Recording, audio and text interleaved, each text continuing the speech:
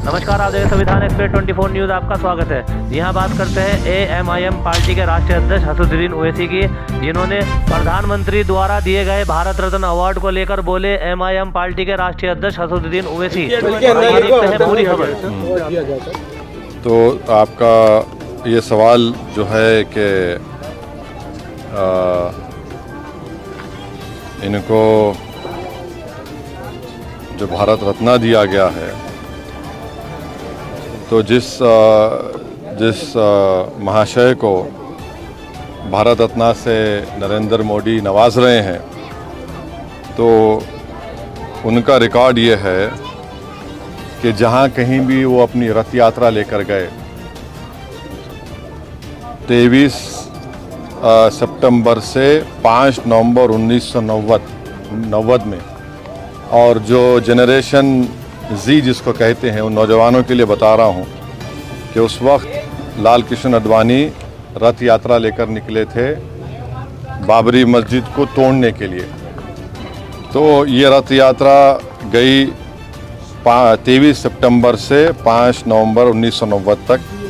अहमदाबाद से शुरू हुआ, हरिद्वार, बिजनौर, पालनपुर, मुरादाबाद, रामपुर, धनेरा, बदायूं, अलीगढ़, मथुरा, आगरा, कानपुर, भरूच, लखनऊ, इलाहाबाद, सूरत, जौनपुर, फैज़ाबाद, वडोदरा, बाशी, वाराणसी, वायरू, रांची, पटना, मुंबई, गोधरा, हैदराबाद, जयपुर, दाहोद, बिदर, कोलार, जोधपुर, बेंगलुरु, देवानगिरी, मीरठ, रामानगरम, चन्नापटना, गाज़ियाबाद।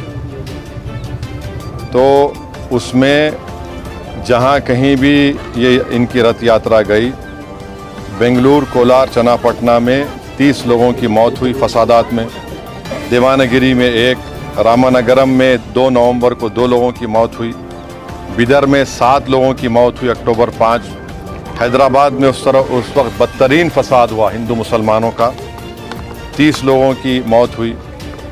फिर भारूच में गुजरात में 1 शख्स की मौत हुई 2 नवंबर को। सोमनाथ में से शुरू किए थे ये।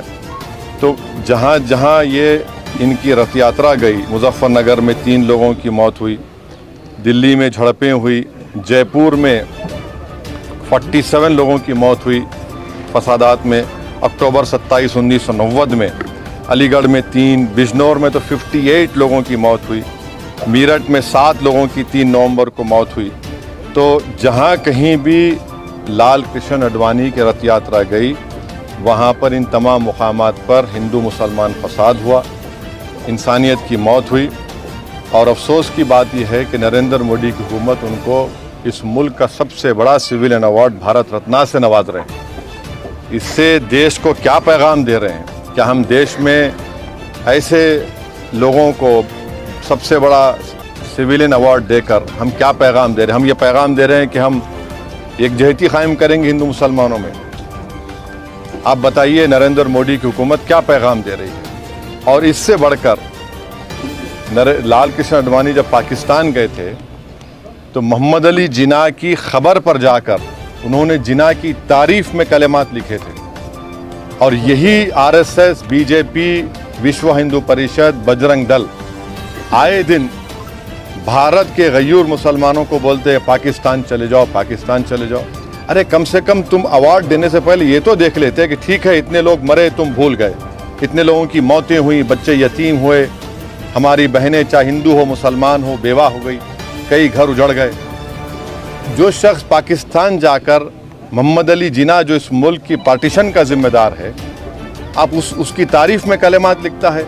नरेंद्र मोदी तो आडवाणी की किताब को कौन सी किताब लिखी गई थी जब जिन्ना के ऊपर, जसवंत सिंह साहब लिखे थे, उस किताब को बैन लगा दिया था क्योंकि वो उसमें जिक्र था। आप ऐसे आदमी को अवार्ड दे रहे हैं जो जिन्ना की तारीफ किया, तो इससे आपका ये सो कॉल्ड नेशनलिज्म दिखता है। हम जो अवार्ड दिया गया है, हम समझते हैं कि ये हमारे अवार्ड की तौहीन है।